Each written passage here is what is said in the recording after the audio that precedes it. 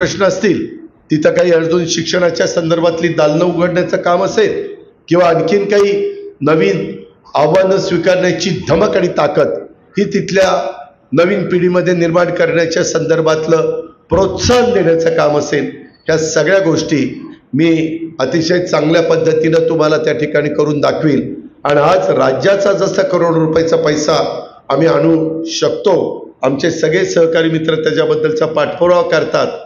अहो काल रात्री 1ला त्या पुरुषोत्तम दादाला फोन केला, नाही मला भेटायला आले होते आणि मी म्हणलं अहो तिथं मला एक हॉस्पिटल करायचं 100 बेडचं सोमेश्वरच्या परिसरात जागा द्या, त्यांनी जागा दिली।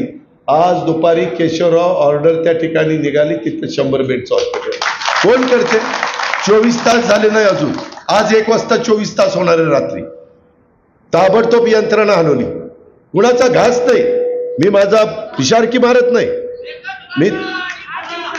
मी त्याच्यामध्ये अतिशयोक्ती पण करत नाही, पण मी एकदा एखादी गोष्ट करायची ठरवलं तर मी ती करणार। मी तुम्हाला शब्द देतो, मी बारामती पहिला क्रमांकाचा तालुका करील, पण माझ्या विचाराचा खासदार तुम्ही निवडून दिला पाहिजे। तेवढं तुम्हाला डॉक्टर बाबासाहेब आंबेडकरांनी मताचा अधिकार दिलेला आहे, त्या मताचा अधिकार कसा वापरायचा तो तुमचा अधिकार आहे। तुमच्या पुढे 2-3 उमेदवार असतील, 4 उमेदवार असतील, 5 उमेदवार असतील, पण त्याच्यात कुठल्या उमेदवाराला मतदान केलं तर आपलं भलं होणार आहे, आपला विकास होणार आहे, आपल्याला केंद्राचा निधी मिळणार आहे। जर एखादा केंद्र सरकारच्या विरोधातला खासदार गेला आणि तिथं सारखं मोदी साहेबांना टीका, तिथं अमित शहांना टीका झाल्यावर कोण आपल्याला निधी देणार आहे? मिळणार आहे का? त्याच्यामध्ये शेवटी मी अनेक उदाहरणं देतो, काम करायचं म्हटलं तर जो नगराध्यक्ष असतो त्याच्याशी गोडच बोलावं लागते नगरसेवकाला, त्यावेळेस त्याला निधी मिळतोय। जे मुख्यमंत्री असतात त्यांच्याकडनं कामं करून घ्यायची असेल तर आमदाराला त्यांच्याशी जरा नीटपणेच बोलावं लागतं। वाचाळवीरांची संख्या करून चालत नाही, टीका टिप्पणी करून चालत नाही, आणि कुणी कुणाची पर सांभाळायला जाणार नाही, तुम्ही ती काळजीच करू नका। काय बोलतात, काय करतात, काय आपण बोलतो नाही ना, त्याच्या संदर्भातलं मी बरोबर करतो, तुम्ही फक्त घड्याळाचं बटन दाबा बाकी। आता आमच्या सगळ्या महिला आहेत, काही माझ्या आईच्या वयाच्या आहेत, आम्ही काल काय निर्णय घ्यावा?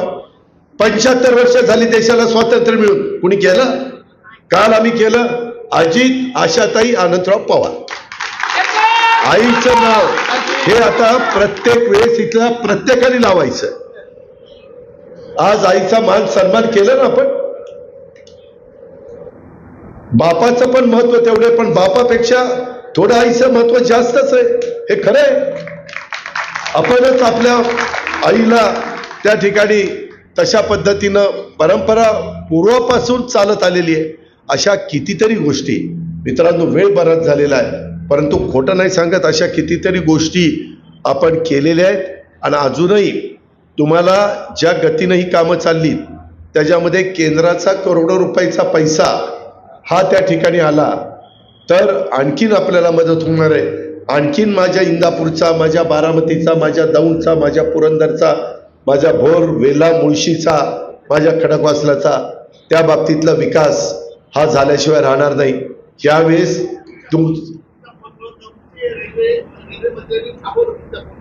त्यामध्ये आपल्याला नागसेन काही सांगतायत ते पण खरंच आहे, परंतु मला सांगायचंय गावागावात वाद असले तरी ते वाद गावापुरते ठेवा, सगळ्यांनी मिळून घड्याळ आपलं चालवा। 25 वर्ष आपण घड्याळ चालवतोय, घड्याळ आपल्याला सोडायचं नाही आणि गावं एकतर्फी चालली पाहिजे।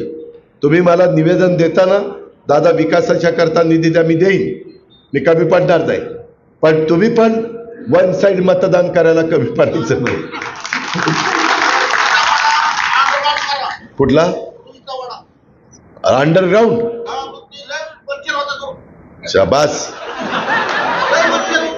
रोज येऊन तुझ्या मच्छर मारायचं औषध मारतो ना, तुला ओडोमास देतो, ती काय कसली उदबत्ती असते, कचुआ छाप उदबत्ती, अरे नसतं तसं बाबा, असे ओढे अंडरग्राऊंड केले, पाणी नाही बसलं, सगळं पाणी बाहेर पडलं.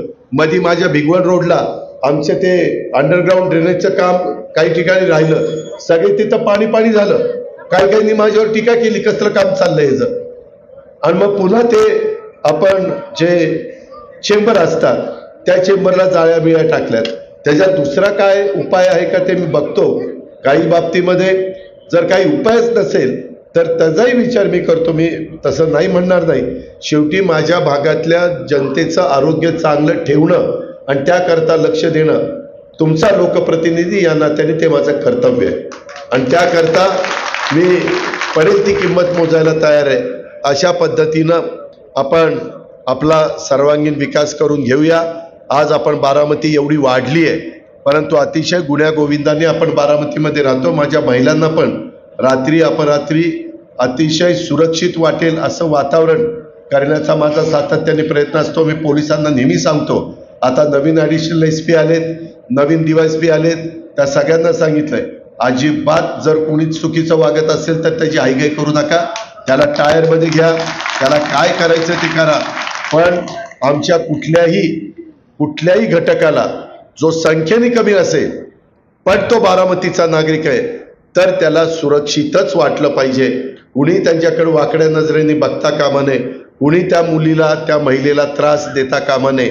अचानक जाऊन आता मी CCTV कॅमेरे पण मंजूर केलेत. परवा एकनाथराव शिंदे आणि देवेंद्र फडणवीस आलेले होते, त्याच वेळेस आपण त्याचं शुभारंभ केलेला आहे. मी अनेक ठिकाणी बारामतीमध्ये CCTV कॅमेरे ठेवणार आहे. तुमच्यावर माझं नाही पण CCTV कॅमेऱ्याचं लक्ष राहणार आहे. आणि जर कुठं काहीतरी गडबड केली आणि पाय घसरला आणि ते त्याच्यात आला तर मग पोलिसांना म्हणणार की ह्याला टायरमध्ये घ्या आणि बंदोबस्त ह्याचा करा. त्याशिवाय मित्रांनो शिस्त लागत नाही. मी उगीच जाऊ दे रे हे आपलं आहे, जाऊ दे रे हे आपल्या कार्यकर्त्याचं पोरगा आहे. कार्यकर्त्यांनी महिलांनी आपली मुलं मुली नीट वागतायत का, नीट राहतायत का. सध्या ड्रग 4,500 कोटी रुपयाचं ड्रग पकडलं. 4,500 कोटी पार धागेदोरे लंडनला, तिकडे दुबईला, तिकडे दिल्लीला, पंजाबला धागेदोरे निघाले.